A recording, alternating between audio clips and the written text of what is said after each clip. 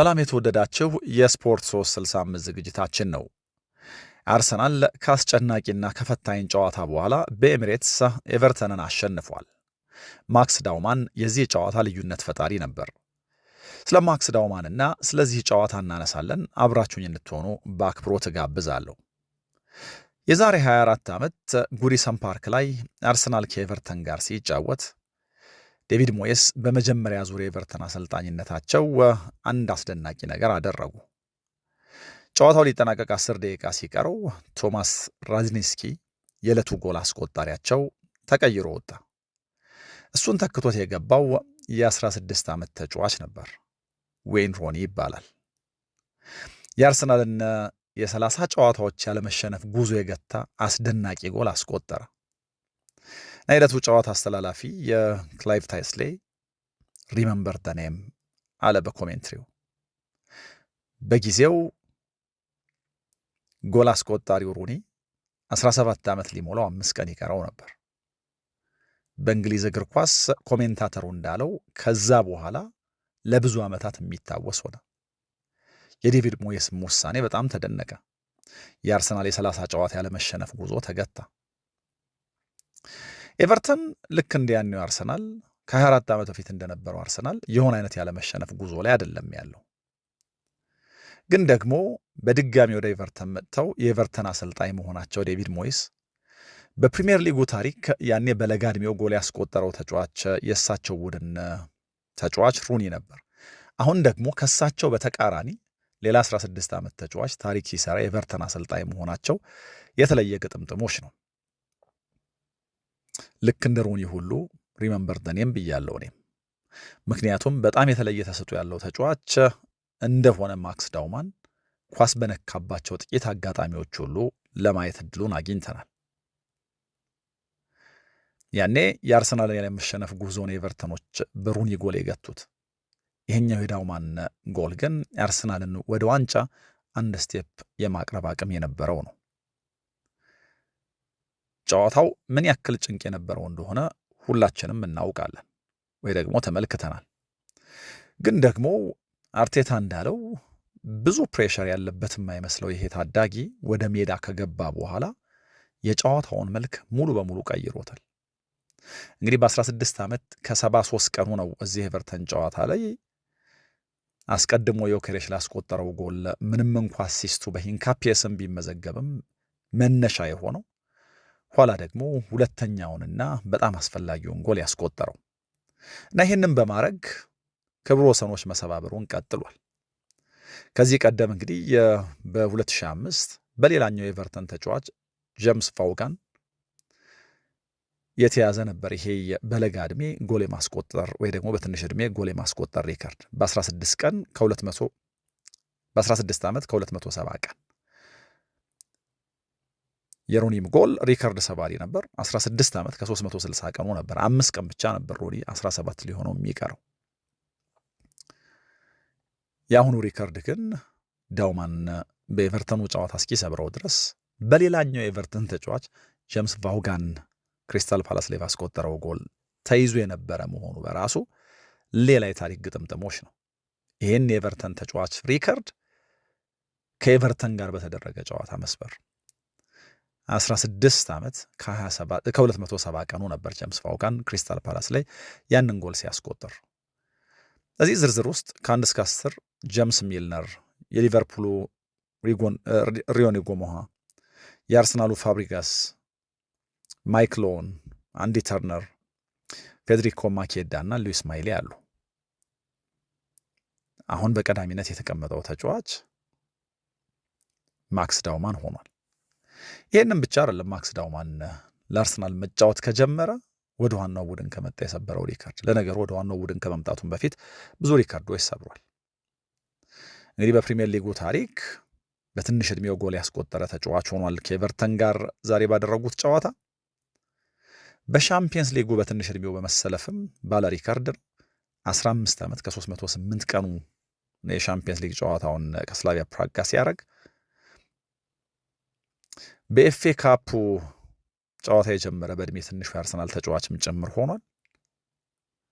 ከማንስፊልድ ጋር ባደረገው ጨዋታ በዩኤፋ ዩዝ ሊግ እንደዚሁ በ14 ዓመቱ ጎል በማስቆጠርም ባለ ሪከርድ ነው። ከዚህ በተጨማሪ ለእንግሊዝ ከ19 ዓመት በታች ቡድን በትንሽ ዕድሜው ጎል በማስቆጠርም እንደዚሁ የሪያን ሴሴኞንን ሪከርድ ሰብሯል። እና ሪከርዶች ከዚህም በኋላ እየተሰበሩ ሊቀጥሉ እንደሚችሉ የተጫዋቹ ብልጭታ፣ የተጫዋቹ ብቃት እድል በተሰጠው እድል ባገኘ ቁጥር ያሳየው ነገር ይመሰክራል። አርሰናል ሲፈልገው በጣም በተጨነቀበት አጋጣሚ ኢንስፓይሬሽኑ ከእንደዚህ ያለ 16 ዓመት ተጫዋች መገኘቱ በጣም ያስደንቃል። በዚህ ውድድር ዘመን አርሰናል ለዋንጫው ከቀረበ፣ ዋንጫውን ካነሳ በጣም ወሳኝ ከነበሩት ጎሎች ወይ ደግሞ ጨዋታዎች አንደኛው ይሄ እንደሚሆን ምንም ጥርጥር የለውም። ውጤቱ ምን ያክል አስፈላጊ እንደነበረ የአርሰናል ተጫዋቾችና ደጋፊው ሴሌብሬት ያደረገበትን መንገድ አይተን መናገር እንችላለን። ለነገሩ ደጋፊውና ተጫዋቾቹ ብቻ ሳይሆኑ የአርቴታ ደስታ አገላለጽ በራሱ የተለየ ነበር። አርቴታ ራሱ ደስታውን የገለጸው ልክ እንደ 16 ዓመት ታዳጊ ነበር። ይሄ ጭንቁን ከላዩ የሚያነሳ አርሰናልን ደግሞ አንድ ስቴፕ ወደ ዋንጫው የሚያቀርብ ነው። እንግዲህ የጋዜጦች የብዙሃን መገናኛዎች ሁሉ ትኩረት ማክስ ዳውማን እንደሚሆን ከዚህ ጨዋታ በኋላ ምንም ጥርጥር የለውም።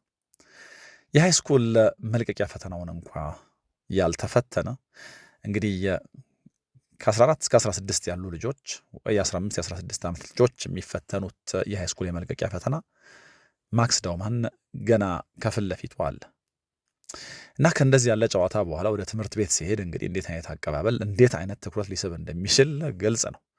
እንግዲህ ትምህርትንና እንደዚህ ባለ መንገድ የመጫወትን ነገር ባላንስ አድርጎ መሄድ በራሱ በጣም ያስደንቃል። ከጨዋታው በኋላ በጣም ብዙ አይነት አስተያየቶች ተሰጥተዋል። ለምሳሌ ቁጥሮችን እያየን የምናወራ ከሆነ የተሰጡትን አስተያየቶች በጣም እንደነቃለን። ለምሳሌ ጄሚ ሬድናፕ እመኑኝ አርሰናል ከዚህ ጨዋታ ምንም አያገኝም ነበር ወይ ደግሞ ይህንን ጨዋታ አያሸንፍም ነበር ብሏል። ማክስ ዳውማን ተቀይሮ ገብቶ የፈጠረው ወይ የቀየረው ነገር ለጨዋታው የሆነ አይነት ጣዕም ባይሰጠው ኖሮ እና ሁሉንም ነገር ሞክረው ያልተሳካላቸው ወይ ደግሞ በኤቨርተን ጠንካራ መከላከል ተስፋ የቆረጡ አይነት ነበሩ። አቅማቸው ተሟጦ እያለቀ ነው። ደጋፊው ጫና እየፈጠረባቸው ነው። ሰዓቱ እየሄደ ነው።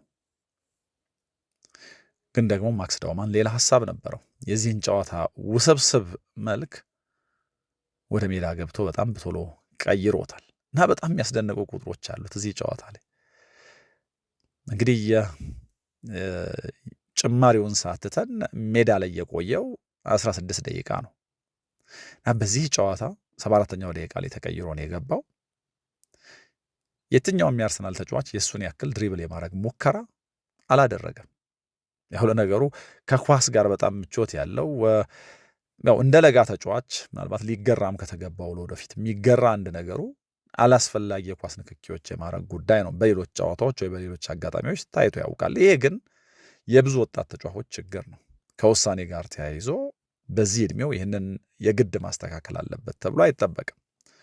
ደግሞ ከኳስ ጋር ነውና ብዙ ቆይታ የሚያደርገው እንደገባ ብዙ ድሪብል የማድረግ ሙከራዎች አደረገ። እድል በመፍጠርም ዴክላን ራይስ ብቻ ነው እዚህ ጨዋታ ላይ የሚበልጠው።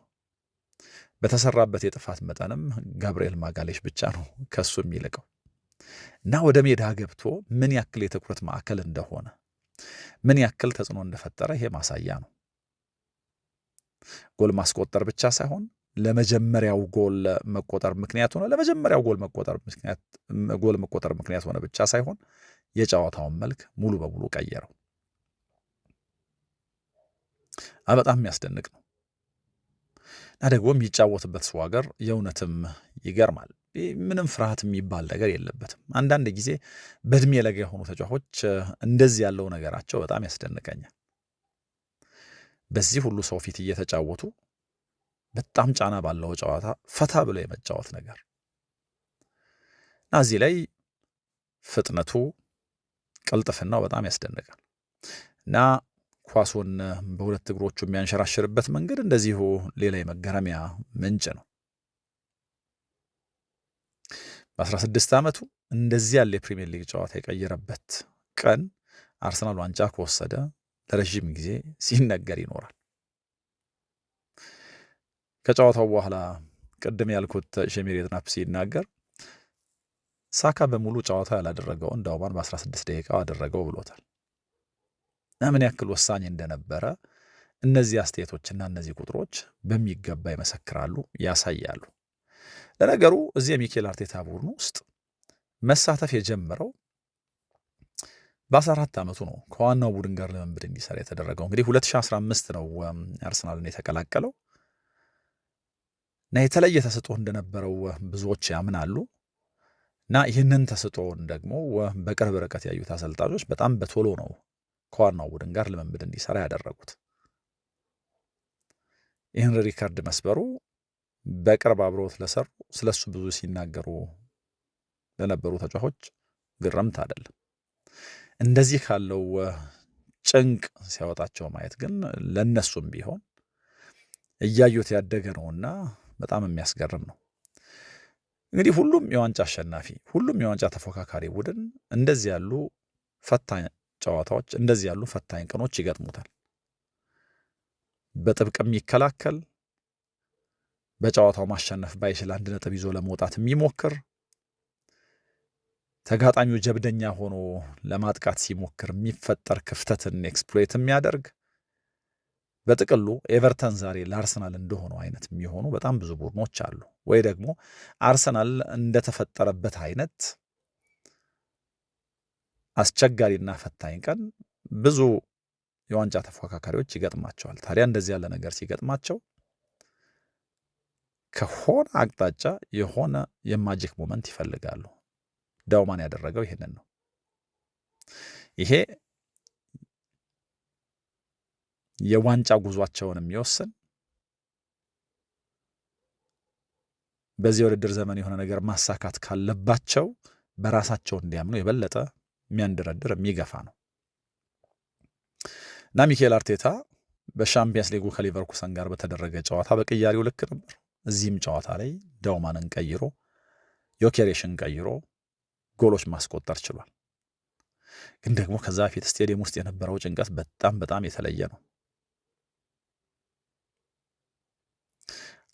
ጎሎቹ አርቴታን ብቻ ሳይሆኑ ደጋፊውን፣ ሌሎቹን ተጫዋቾች አርቴታን ነፃ ያወጡ የፈቱ ነበሩ ሁለቱ ጎሎች።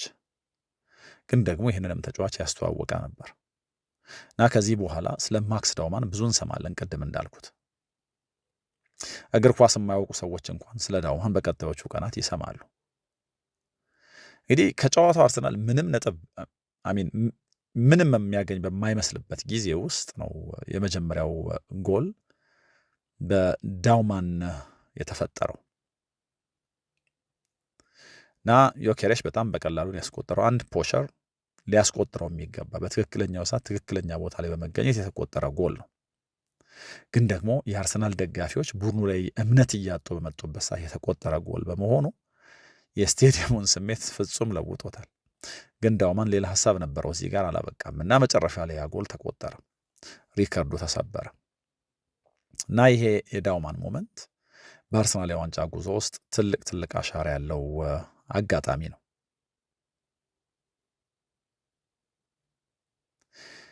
ዴቪድ ሞይስ እንደዚህ ላለው አጋጣሚ፣ እንደዚህ ላለው ጨዋታ ምን መስራት እንዳለባቸው በደንብ ያውቃሉ። ቡድናቸው ኮምባቲቭ ነው፣ ታጋይ፣ ለዛውም ሁለት ወሳኝ ተከላካዮቻቸውን ሳያሰልፍ ወይ ደግሞ አጥተው ጨዋታ ጀምረው በጣም በተደራጀ መንገድ የሚከላከሉ የተጋጣሚያቸውን ደግሞ ስህተት ለመቅጣት አቅም የነበራቸው። በእርግጥ ስህተቶቹን አልቀጡትም፣ ግን ደግሞ አደገኛ መሆን እንደሚችሉ አሳይተዋል። በተለይ በመጀመሪያው አጋማሽ። በሁለተኛው አጋማሽ አርሰናል ብዙውን ነገር ለመቆጣጠር ሞክሯል። ግን ደግሞ በጥቅሉ እዚህ ቡድን ውስጥ የነበረ የመከላከል ጥንካሬ፣ ካላፊዮሪ ኳስ ብሎክ ያደረገበት የተለየ መንገድ፣ የግብ ጠባቂው ዴቪድ ራያ ሲፈልጉት መገኘት እና ደግሞ ከመጀመሪያው አጋማሽ ስህተታቸው በሁለተኛው አጋማሽ ታርሞ መምጣት ከሁለቱ ጎሎች በተጨማሪ ከዚህ ጨዋታ 3 ነጥብ ለመውሰድ በጣም ወሳኝ ነው። ኤቨርተን ምናልባት በሌሎች አጋጣሚዎች በሌሎች ቀኖች እንደዚህ ያለውን ጨዋታ በሚገባ ሊያሸንፍ ይችላል። ምክንያቱም በመጀመሪያው አጋማሽ በጣም ኳሊቲ የሆኑ እድሎች መፍጠር ችሏል። ግን ደግሞ እድሎች እንደ አርሰናል ካለ ቡድን ጋር የማይጠቀም ተቃራኒ እንደዚህ ያለ መቀጣት መጨረሻ ላይ እንደሚገጥመው ደግሞ ኤቨርተን ጥሩ ምስክር ነው። ዴቪድ ሞየስ ለነገሩ ከዛሬ በፊት ከነበሩ 20 አዌይ ጨዋታዎቻቸው አንዱን ብቻ ነው ከአርሰናል ጋር አሸንፈው የሚያውቁት። ኤቨርተንም ቢሆን ወደ ኤሚሬትስ መጥቶ ወይ ደግሞ ከሜዳ ውጭ አርሰናልን ገጥሞ የማሸነፍ ቁጥሩ በጣም ደካማ ነው። ከዚህ በፊት ከተደረጉ 29 ጨዋታዎች በአንዱ ብቻ ነው 2021 ላይ በዝግ ስቴዲየም አርሰናልን አሸንፎ የሚያውቀው። ግን ደግሞ ለመጨረሻ ጊዜ ኤቨርተን ኳስ ከመታ በርንሌይን ከገጠመ በኋላ አርሰናል 3 ጨዋታዎች አድርጓል እና በጣም ተዳክሞ እንደሚመጣ ምንም ጥርጥር የለውም። ኤቨርተን የበለጠ ኤነርጄቲክ እንደሚሆን ምንም ጥርጥር የለውም። በዛ ላይ ጫና ውስጥ ሆኖ ነው የሚያደርገው አርሰናል ጨዋታ። ምክንያቱም ይሄ የኤሚሬትስ ድባብ አርሰናል በዚህ የውድድር ዘመን የሆነ ነገር ባያሳካ በትልቁ ምናልባት የአርሰናል ተጫዋቾች በዓመታት ውስጥ ከሚያነሷቸው መጥፎ ምክንያቶች አንደኛው እንደሚሆን ምንም ጥርጥር አልነበረኝም። ምክንያቱም ደጋፊው ለ22 ዓመት ዋንጫ ለማንሳቱ በጣም ትልቅ ተጽዕኖ ፈጥሮበታል። በዚህም ምክንያት ቡድኑ ጎል ሳያስቆጥር የጨዋታው ደቂቃዎች እየገፉ ሲመጡ ቡድኑን ከማነሳሳትና ከመደገፍ ይልቅ ቡድኑ ላይ የሚጋባ አይነት የሐዘን የመከፋት ስሜት ከደጋፊው ይታያል። ጎሎች ሲቆጠሩ ነው ልክ እንደ ተጫዋቾቹ ነፃ የሚወጣው። ሚኬል አርቴታ ከላይ የለበሰውን ጃኬት አውልቆ እዛ ተሽላይ ላይ የከፍ ዝቅ ሲል ምን ያክል ጭንቀት ውስጥ እንደነበር አይተናል። ተጫዋቾቹ በእርግጥ የሚችሉትን ሁሉ ሞክረዋል፣ ግን ደግሞ ጎል የሚባለውን ነገር በተገቢው መንገድ መፍጠር አልቻሉም። አንዳንድ ቁጥሮቻቸውን ከዚህ አንጻር ስናይ አርሰናል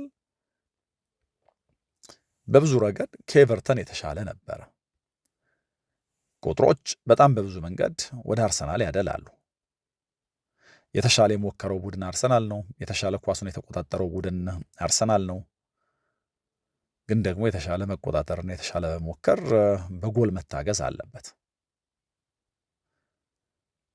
እንግዲህ በ90 ደቂቃ እንቅስቃሴ አርሰናል 25 ጊዜ ኳሶች ወደ ጎል መጥቷል። ኤቨርተን 9 ነው።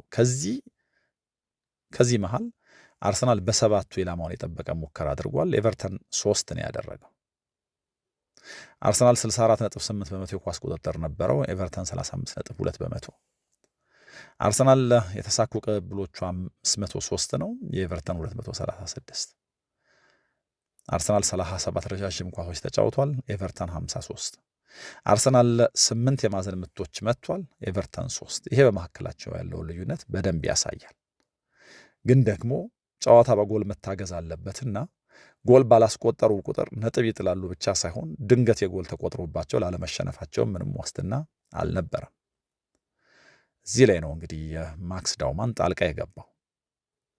አርሰናል ከዳውማንና ከጎል አስቆጣሪው ከሌላኛው ጎል አስቆጣሪ ዮኬሬሽ በተጨማሪ ግን እዚህ ጨዋታ ላይ ለጆርዳን ፒክፎርድም ምስጋና ይግባው ማለት አለበት እንደ ቡድን። ምክንያቱም የዳውማንን ተሻጋሪ ኳስ ከዛ በተሻለ መንገድ ሊከላከለው ይገባ ነበረ የእንግሊዝ ብሔራዊ ቡድኑ ግብ ጠባቂ። ግን ደግሞ ይህንን በሚገባ ሳያረግ ቀረ። ፒየሮ ሂንካፔ ኳሱን ነካው። ከዛ በኋላ በጣም በቀላሉ ቅድም እንዳልኳቸው አይነት የፖቸር ጎል የአዳኝ ጎል ዮኬሬሽ ማስቆጠር ቻለ። ለአርሰናል በውድድር ዘመኑ ሁሉ በጣም ፈታኙ ነገር እንዳልኩት በኤሚሬትስ ሲጫወት የዚህን ደጋፊ ጉዳይ ማኔጅ ማድረግ ነው እና ይህንን አርሰናል መቀየር ካለበት ወይ ደግሞ በኤሚሬትስ ይሄ ነገር መቅረት ካለበት ብቸኛው መፍትሄ ሊሆን የሚችለው አርሰናል ጨዋታዎችን በቶሎ ጀምሮ በቶሎ ጎል ማስቆጠር ነው። ይሄ ከሆነ ደጋፊው ከቡድኑ ጀርባ ይሰለፋል። ቡድኑ ተጨማሪ ጎሎች ሊያስቆጥር ጨዋታዎችንም በቀላሉ ሊያሸንፍ ይችላል። ካልሆነ ግን ጎል ሳያስቆጥር ጨዋታው በገፋ ቁጥር ሁሉ ከአርሰናል ይልቅ ተቃራኒውን የሚረዳ የሚመስል አይነት ድባብ በኤሚሬትስ ይታያል። አርሰናል ጨዋታውን ሲጀምር በጣም በበጎ ነበር የጀመረው። በመጀመሪያዎቹ 15 ደቂቃዎች ካላፊዮሪ፣ ማዱዌኬ፣ ሳካ እድሎች ነበሯቸው። ግን ደግሞ ይሄንን ሳይጠቀሙ ቀሩና ኤቨርተን በጨዋታው በቁመና እያደገ መጣ።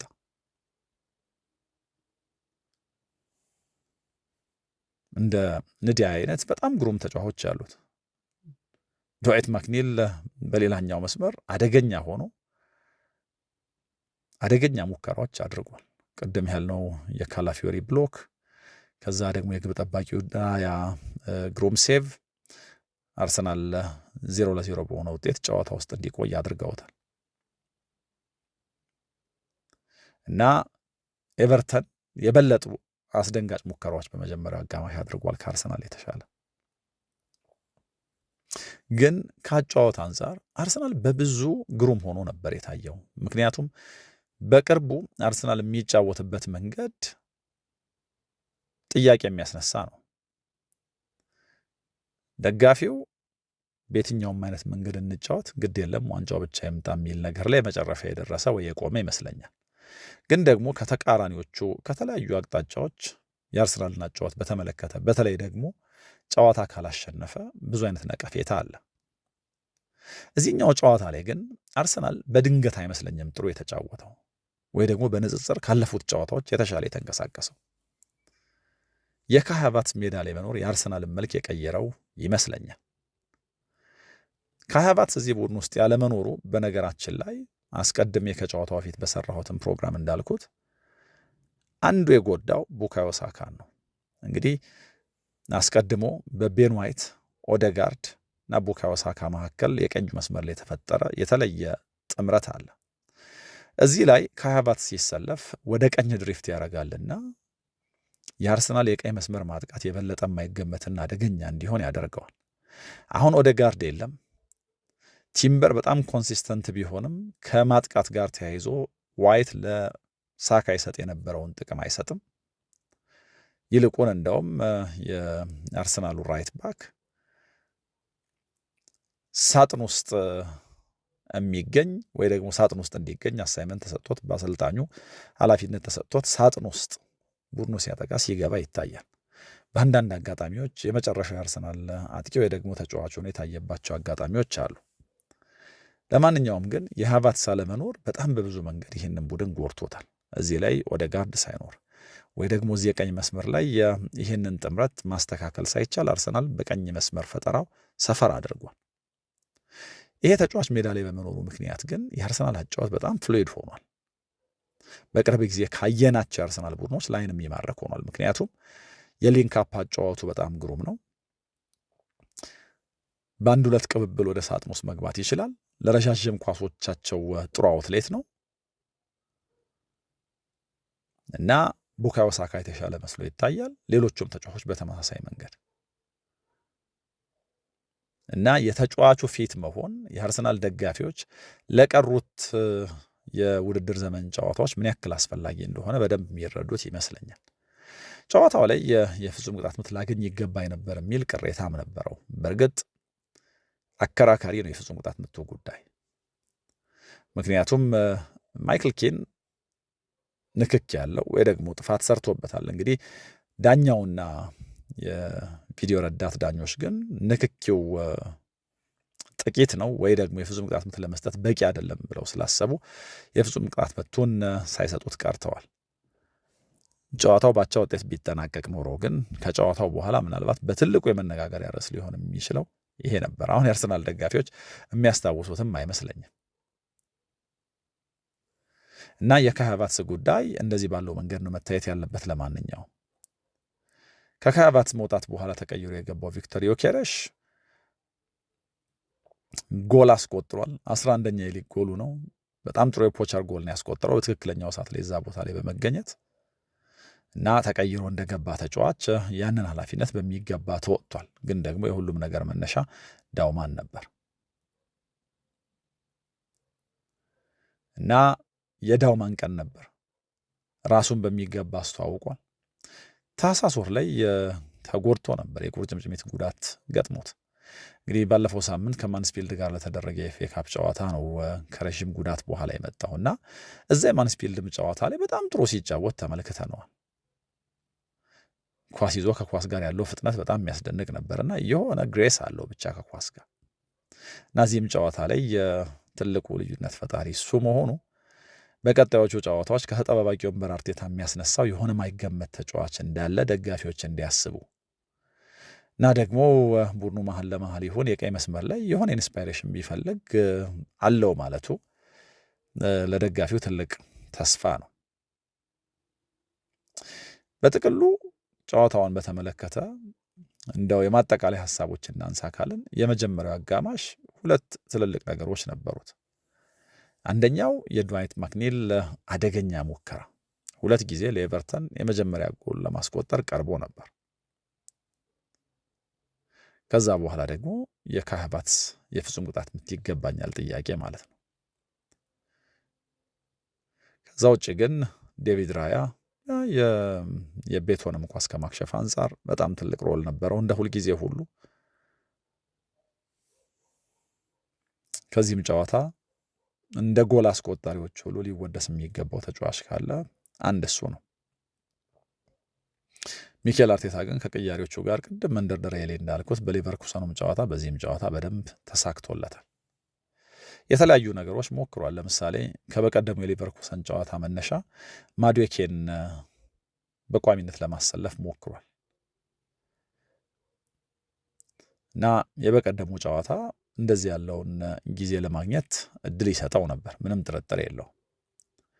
ከዚህ ከማዱዌኬ ጋር ተያይዞ ከግራ መስመሩ ጋር ተያይዞ ግን አሁንም አርሰናል የውድድር ዘመኑን ይህንን እንቆቅልሽና ይህንን ጥያቄ ሳይፈታ ሊጨርስ ጥቂት ነው የቀረው። እንግዲህ አርሰናል ሲዝኑን ሲጀምር በሊያንድሮ ትሮሳርድን የግራ መስመሩን የጀመረው፣ ከዛ ደግሞ ገብርኤል ማርቲኔሊ የሆኑ ሞመንቶች ነበሩት። የዚህ ቦታ ላይ ተሞከረ፣ አልሆነም። አሁን እንግዲህ የተረኛው ተሞካሪ ማዱዌኬ ነው። ለአርሰናል በጣም ጥሩ ነገር ከዚህ ጨዋታ እንደዚህ የግራ መስመር ጉዳይ እንዳለ ሆኖ በቀጣዮቹ ጨዋታዎች የተጎዱበት ደግሞ ተጫዋቾች ሊመለሱ ይችላሉ እና የእነዚህ ተጫዋቾች መመለስ ሲኒየር ተጫዋቾች ናቸው። ለምሳሌ ትሮሳርድም ሆኑ ኦደጋርድ እና እንደዚህ ባለው የጨዋታ መደራረብ ጊዜ የእነዚህ ተጫዋቾች መኖር በጣም አስፈላጊ ነው። ቡድኑ በደንብ ሮቴት መደረግ አለበት። ከተጠባባቂ ወንበር የሚነሱ ተጫዋቾቻቸው ተጽዕኖ ፈጣሪ መሆን ይኖርባቸዋል። ስለዚህ ከዚህ አንጻር የእነዚህ ተጫዋቾች መምጣት ይጠበቃል። ካይ ሃቨርትዝን በተመለከተ ምናልባት አንድ መጨመር ያለብኝ ነገር ካለ ሚኬል አርቴታ በተቻለው መጠን ሁሉ የዚህን ተጫዋች ደቂቃዎች በሚገባ ለማስተዳደር እየሞከረ ነው እና እዚህ ቦታ ላይ ሲጀምር እንግዲህ ከዓመት በላይ የአርሰናል ሴንተር ፎርዋርድ የአርሰናል ዋነኛ አጥቂ ሆኖ ሲጀምር ከዓመት ምናምን በኋላ ነው። ከዓመት ዘለግ ያለ ጊዜ ከሜዳ ርቆ ቆይቶ እና ከዮኬሬሽ በጣም የተለየ ባህሪ ያለው ተጫዋች ስለነበረ አርሰናል ለሚጫወትበት ክሊን መንገድ ብቻ ሳይሆን ለተጋጣሚውም ግራ መጋባት ምክንያት ሆኗል እና ምን ያክል ቡድኑን ሊያሻሽል እንደሚችል ያየንበት ጨዋታ ነው እና እስከ መጨረሻው ድረስ ጤናማ እንዲሆን አርቴታ የሚመኝለት አንድ ተጫዋች ካለ ካይ ሃቨርትዝ ነው። በእርግጥ ቲምበር እዚህ ጨዋታ ላይ ተጎድቶ ወጥቶባቸዋል፣ ግን ደግሞ ሞስኬራ ተቀይሮ ገብቷል። ቤን ዋይትም ለጨዋታ ዝግጁ ነው። ከጨዋታው በኋላ ሚኬል አርቴታ ለተጫዋቾቹ የተለየ አድናቆቱን ገልጿል። ከዛ በኋላ ግን ስለ ማክስ ዳውማን በጣም የተለየ ሞመንት መሆኑን፣ ጎሉ የተፈጠረበትን መንገድ፣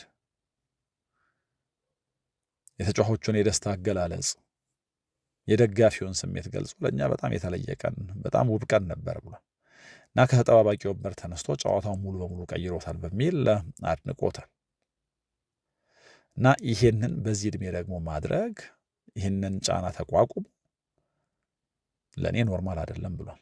ለእሱ ግን ተፈጥሯዊ ነው፣ ፕሬሸር የሚባል ነገር ጫና የሚባል ነገር አይሰማውም ብሏል እና እንደዚህ ያለ ታለንት ተጫዋቾች ሲኖራቸው የፈለጉትን ያደርጋሉ እና በጣም ብዙ ጥሩ ነገሮች ከፊት ለፊቱ እንዳሉ አምናለሁ የሚል አስተያየት ሰጥቷል። በማክስ ዳውማን ጉዳይ ለአርቴታ በጣም በጣም ወሳኝ ነጥብ ነው ይሄ። እንግዲህ አንድ እርምጃ ወደ ዋንጫው የሚያስጠጋቸው ሌላ 3 ነጥብ አግኝተዋል።